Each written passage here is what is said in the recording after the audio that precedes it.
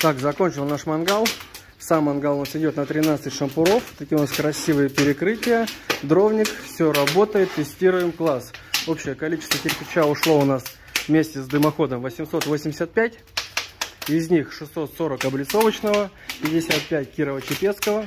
Это вот этот вот кирпичик на перекрытие. Витебский ушло 50 штук на черновые перекрытия. И шамотного у нас кирпича ушло 140 штук. Вот так вот у нас все здорово выглядит.